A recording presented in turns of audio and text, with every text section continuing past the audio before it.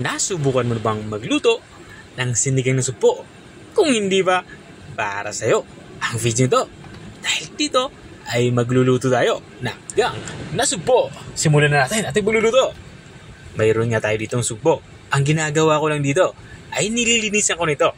Bali, ang ginagawa ko ay ginugunting ko ang mga galamay nito. At dito naman sa part dito ay tinatanggal ko ang bituka nito. Yes, tama ka ng pagkakarinig. May bituka itong ating sugpo. Tapos kung malinisan lahat ito ay kumuha na ako dito ng kawali. At nilalagyan ko ito ng tubig. Sa tubig naman ay depende sa kakain. Kung maraming kakain ay damihan nyo na yung sabaw. At maglalagay na din ako dito ng kamatis. Isusunod ko naman itong ating sibuyas. Pulang sibuyas yung ginagamit ko dito.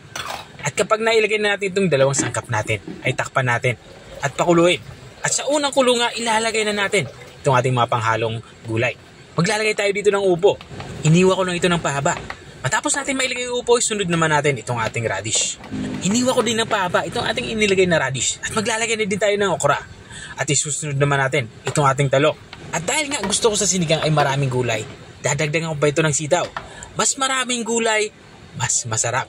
Matapos nga natin mailagay itong ating sitaw ay haluin lang natin ito pa ilalim. At this point, ilalagay ko na itong ating main ingredient.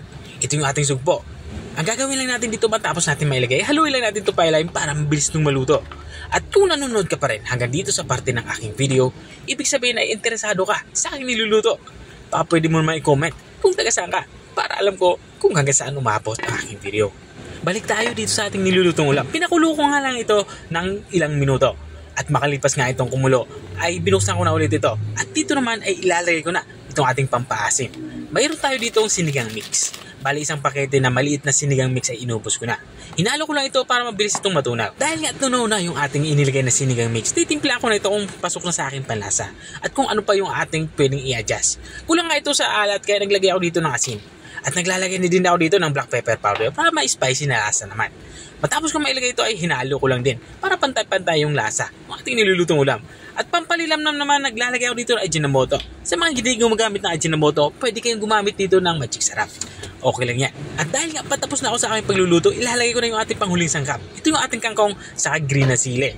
Matapos kong mailagay ito ay haluin lang natin ito pa ilalim at tatakpan natin ito. Pakuluin lang natin ito siguro ng mga 1 minuto. Ito lang yung ating inilagay na kangkong at saka green na sili. At makalipas ka ng 1 minuto ay binuksan ko na nga ito. Dito nga sa parting ito ay lutong-luto na nga itong ating ulam pananghalian. Nako, napakasarap humigop ng sabaw nito lalo kapag umuulan. Kaya tara na, kain na tayo. Ito na nga yung ating sinigang na sugpo. Kung nakarating ka hanggang dito sa dulo ng aking video, maraming salamat sa panunood. At kung nagustuhan mo naman yung bago nating recipe ibinahagi, baka pwede mo naman to i-share. O siya, hanggang dito na lang ako. Kita-kita ulit sa mga susunod kong mga videos. Paalam! Bye-bye!